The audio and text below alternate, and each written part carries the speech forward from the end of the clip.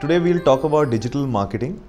It's a pretty vast subject and pretty abused subject if you ask me, because people bandy it about all the time. So I'm going to speak about one aspect of digital marketing today, which is social media, which is like a booming industry today.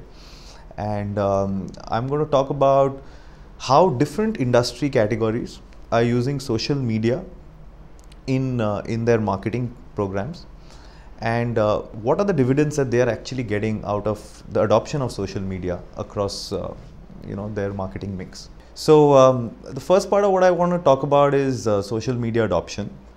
Now, social media is a phenomenon which sort of happened around 2009, 2010, and it was a big buzzword, and it sort of exploded in our faces and all across industries, personal usage, brands, groups, events. Everyone kind of jumped onto the bandwagon, and it kind of became a part of our lives. So today it's an area which you just cannot live without.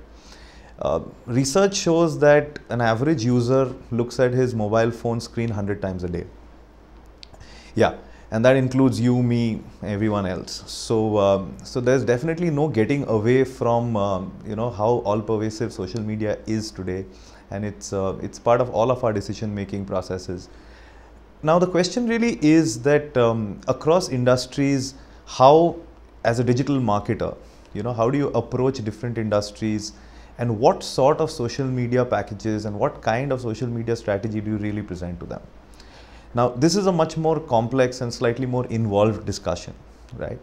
Because there is definitely no one silver bullet, no one shirt fits all which applies in the area of social media. Primarily because the number of social media platforms which are available today are diverse, and it's growing every day. So like earlier you had a Facebook, only. Today you have Twitter, LinkedIn, Google+. Now you have instant messaging, you have WhatsApp, you have WeChat, you have Vine, you have Viber, and I'm not even naming the top 25. So it's very critical for a digital/social media marketer to have all the tools and have all the devices on offer. But it's also important to have a layer of filtering in terms of which size fits which industry and for what purpose. So what we realized is that broadly there are three factors which determine social media adoption and how it would pay dividends for any industry or any kind of business. The first is the target group that you are focusing on. Obviously, it is social media and digital is a young person's industry, but that's not to say that the older generation are not on it. But it's definitely just to put a perspective on it, it's definitely that a younger person would be spending much more time on the phone and on devices rather than somebody who's maybe in the 40s or the 50s. So obviously, if your target group is focused on a much younger audience, then you definitely have to put larger amount of media budgets and advertising budgets on your social media front, rather than if you are targeting something, a product which is meant much more for seniors.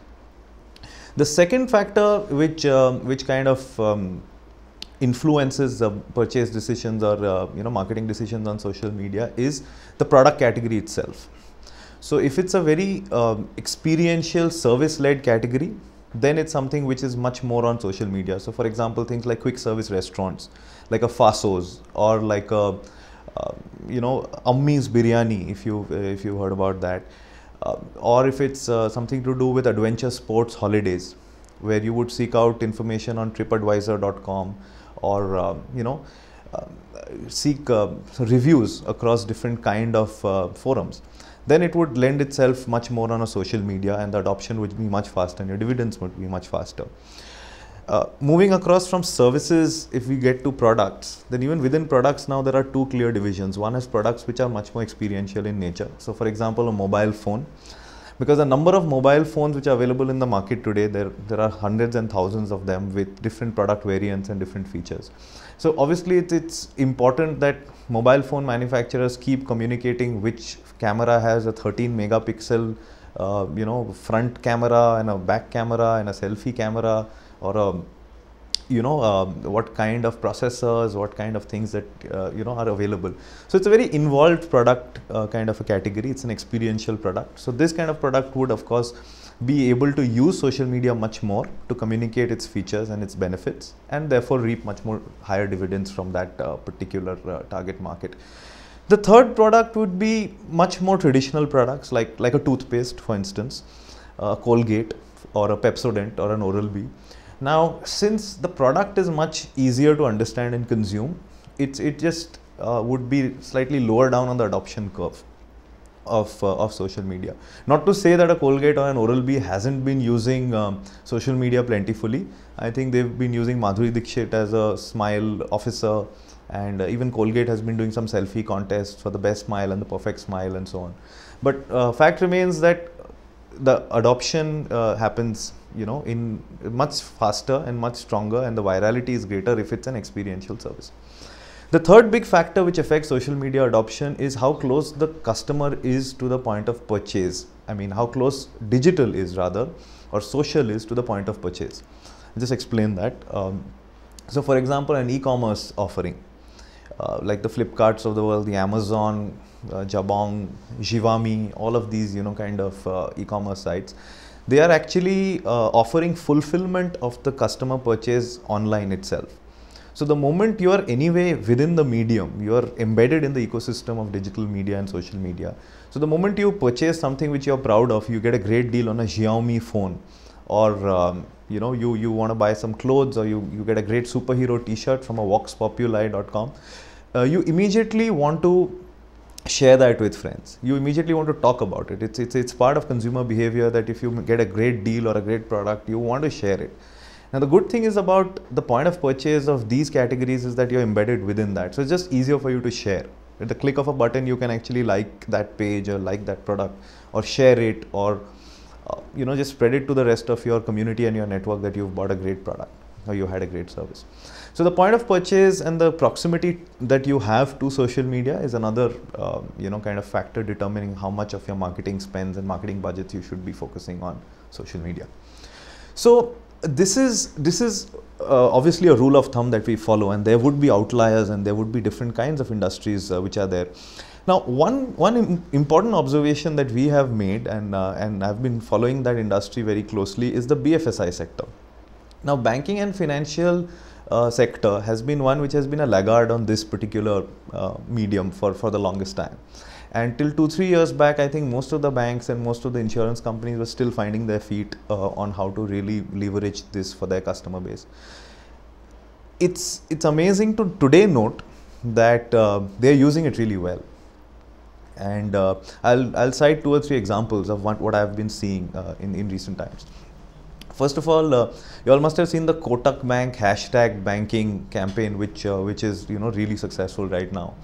Now, a bank using a Twitter-based communication for youngsters is something which is really original, and it's really visionary, if you ask me, because typically banks try to focus on a middle-aged part of the market or an older part of the market.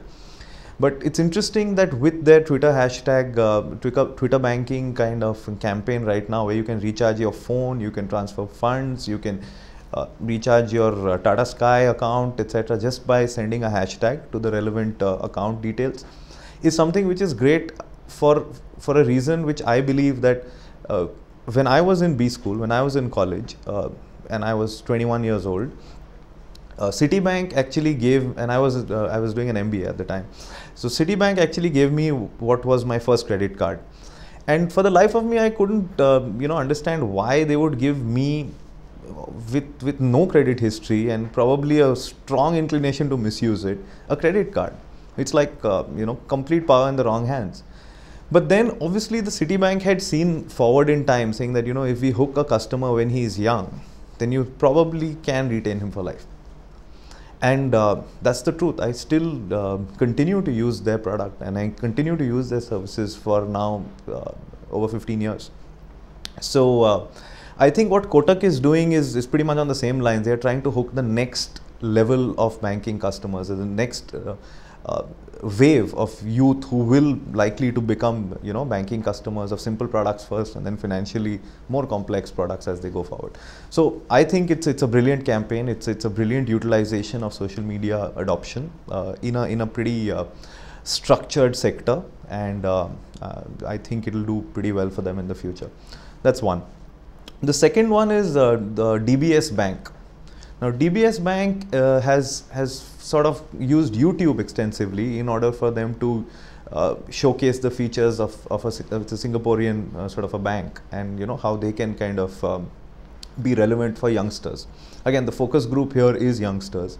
So they have a campaign called Chili Paneer, and it's a video movie which the tagline of the movie goes, "One story and 8 endings." So how they've used video format in this campaign is that basically they have a narrative, but at different points of the narrative there is a decision tree where you as a protagonist can choose either way, you know, in terms of how you want to take the story forward, and depending on the choice that you make for the character, that's how the story progresses. So it's a very interactive use of video and YouTube and that format, to talk about a couple. One of whom is a banker, sorry, not a banker, one of whom is a businessman from Singapore, and the other is a lady from India who wants to start a restaurant, and how they go about setting up a restaurant first in Bombay and then in Goa. And great campaign again, and very sensibly highlighting where DBS Bank and its features can fit into the narrative, rather than it sticking out and, you know, appearing a bit forced and jerky. So DBS is a great campaign. The third one is ICICI Bank. They've come up with a campaign called Pockets, and it integrates Facebook now with your ICICI Bank account, and you can pretty much just share money with friends. So for instance, you're out for a meal, or you're out to watch a film, and one friend pays for the tickets of the film, as it normally is the case. And then just by using Pockets, it's an application which sits on your phone, you can transfer the money, you know, within the blink of an eyelid. So it basically is using current youth behavior where they're just, you know, capitalizing on the same thing and tagging on their services onto that communication altogether.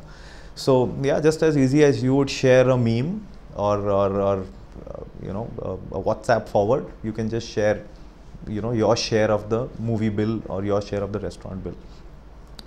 So I think the future is exciting, and I'm talking about BFSI, which is a pretty dry sector. So other sectors have been doing a lot more.